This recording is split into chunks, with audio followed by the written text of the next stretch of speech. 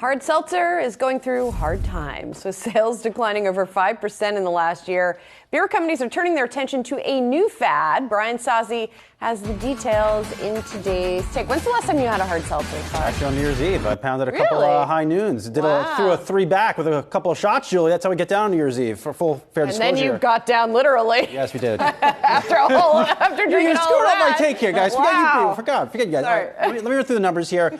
Good note from my buddies over at Evercore ISI doing a hard seltzer deep dive, and there I am. I can't see. I might be holding a Truly. I don't like Truly, but I am a high noon guy. Hard seltzer sales down 10.4% over the past 4 weeks. Of course, Evercore ISI tracking the latest Nielsen scanner data, which, of course, has been compiling this data for years.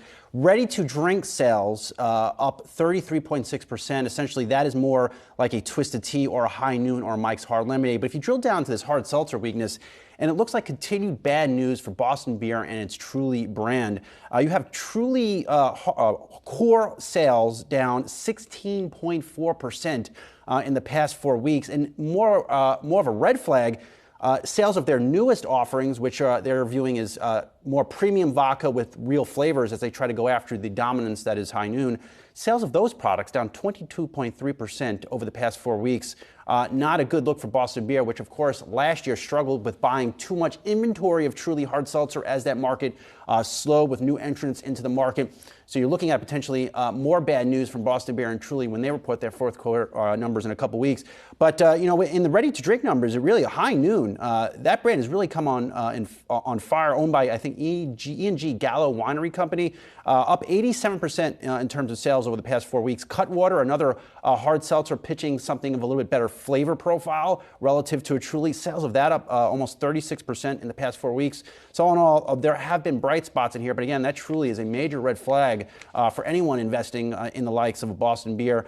Also comes at a time we're starting to see a lot of negative comments come into the beer space. You had Boston Beer, I believe, downgraded today by Jefferies. Yesterday, some negative comments by the team over at Wells Fargo because beer sales has been weakening. Overall, my take is this from my hard seltzer self and my High Noon self.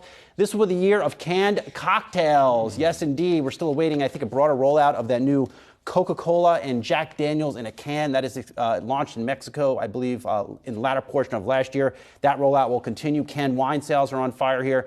It all makes sense to me. I can't wait to try it all. All in a can, all in somebody's Yeti as well. Yes. Perhaps in the cooler. It allows it to stay colder for longer. It just makes sense. It all works. It does. It just all works. I'm a fan of the can. I know, Julie. You're not a fan. I know. They have very good ones on the Delta I'm just flight. not a big drinker generally, so this stuff just doesn't Do it. High Noon's pretty good, though.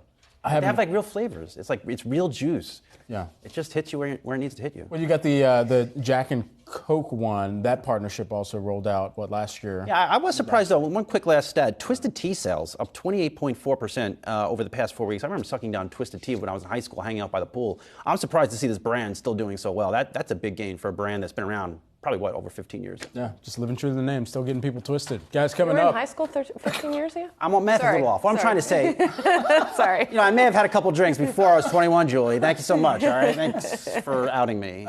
Tried to let you slide.